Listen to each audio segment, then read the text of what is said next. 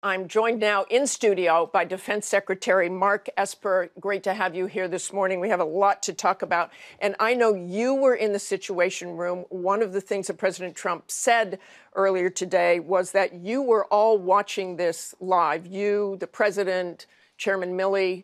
Tell us what you saw and go through this operation. Sure, that's right, Martha. Let me first say, as the president said earlier, this is a great day for America. It's a great day for the world.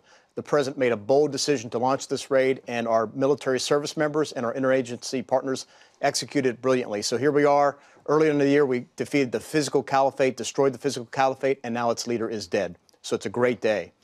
And watching that in the Situation Room must have been quite extraordinary. Let us know what aircraft were involved. This started a couple of weeks ago, the president said. You had eyes on him. Just take us through it if you can. Well, the stars started lining up some time ago. And in the past couple of weeks, week or so, the operational forces, which were one of several options available to the president, started rehearsing and practicing and doing what they would have to do on the objective. And it wasn't until Thursday and then Friday the president chose his option and gave us the green light to proceed as we did yesterday. Chose the option, meaning he wanted to do a ground raid. That's right, a heliborne raid, if you will, onto the objective in Idlib province. I know you've been looking for him. The Pentagon has been looking for him. Certainly the U.S. has been looking for him for years. What was the break here? Good, very good intelligence work by the intelligence community. We had cooperation from partners. And, of course, help from the Kurds? I won't get into details. The president spoke that, we did get help from other countries with regard to the past 24, 48 hours for sure. But a lot of good intelligence work by those professionals. So you're in the Situation Room. You're watching this go down. 8 aircraft. Can you tell us what kind of aircraft? I'm sure you had surveillance over the area. And the president described this as like watching a movie. So tell us what that movie was. Well, we did have a number of aircraft, different types, principally, I don't want to get into details, but principally the CH-47s. Helicopters. Helicopters, that's right. And to put the raid force on the ground. And they were on the ground for 2+ hours. Let me just go back a little bit. They came under fire? At one point, the president said? They did early on. There were locals in the area and others, and it's always hard to positively identify them. But, of course, some of the helicopters took fire, and, of course, we returned fire in self-defense. And then the gunfire stopped. So the helicopters arrive on scene. Al-Baghdadi's in a building, in a compound? He's in a compound, that's right, with there are a few other men and women with him and a large number of children. And our special operators have tactics and techniques and procedures they go through to try and call him out. But at the end of the day, as the president said, he decided to kill himself and took some small children with him, we believe. U.S. aircraft came in and destroyed the building once Baghdadi was dead. Once our forces were off the objective, we destroyed the target site to ensure it was physically destroyed. So the Special Operations Forces arrive and start moving in on Baghdadi. The president described these tunnels, a dead-end tunnel, basically, is where Baghdadi ran. Yes, we knew there were some underground places where he might hide, he might try and go into to seek shelter.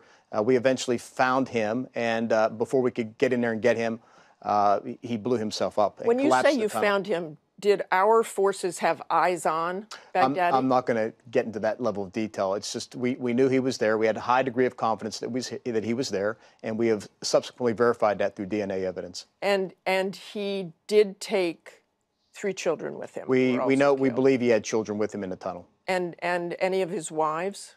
I think 2 of his wives were killed on the objective. The president talked about Baghdadi whimpering and crying and screaming. How do we know that? Well, I don't have those details. The president probably had the opportunity to talk to the commanders on the ground, but clearly the guy was a coward and a murderer. I mean, the things at the event that the president called out, how he murdered people, murdered Americans, the beheadings that were conducted over the past several years. He raped a young American woman.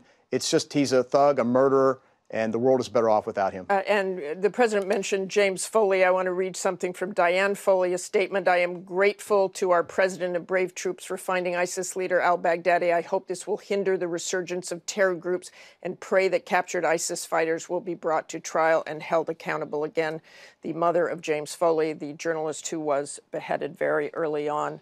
And she's right. I think all the praise goes to our service members and to our intelligence professionals and others who took this on. And the message is, if you're a leader in ISIS, if you're a leader of a terrorist group, we are going to come after you and we will hunt you relentlessly. Can you give us an idea of how many of our forces were involved? I know no one was hurt.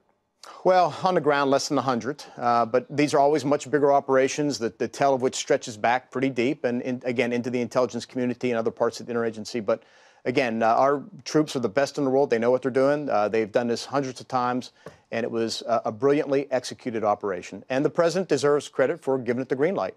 These are always inherently risky. And as I like to say, our folks make the complex and the dangerous look simple and safe. And how was he ID'd, and where is the body now? Well, I'm not going to speak to the latter, but he was ID'd visually. We had some visual confirmation on the ground, and then certainly the DNA confirmation. And you had DNA confirmation because he was in that prison in Iraq, and I want to talk about that. That is a hotbed. That was certainly a hotbed of extremism. We've got those kinds of prisons right now in Syria, and we've got U.S. forces pulling out. How concerned are you? Well, we have about 11,000 estimated prisoners throughout Syria. Those under the control of the Syrian Democratic Forces are under their control and being guarded. They've been tell us that. We're in close contact with the SDF on a daily basis. And I've spoken to my Kurdish counterpart. The Turks are keeping control of those prisons or prisoners that are under their control. So the good news is out of 11,000 prisoners, a little bit more than 100 have escaped. And I know the Turks and others are taking action to try and round them up. And have any been recaptured? Of those the Turkish government informed me they had begun capturing folks. And I want to say that this was a fight that is more ideological at this point. It's online. He will be seen as a martyr. Are you concerned that there will be an uptick in violence? Look, leadership makes a difference. And al-Baghdadi was the founder of ISIS. He formed the caliphate. He was an inspirational leader in addition to being a thug and a murderer. So when you take out a leader like that, it's going to have, I think, a major impact on the organization. But we'll see over time.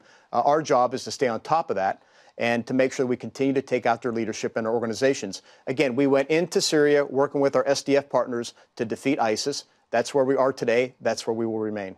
Okay, I want to thank you so much for joining us this morning. Martha. Quite an operation. Thanks again, Secretary Esper.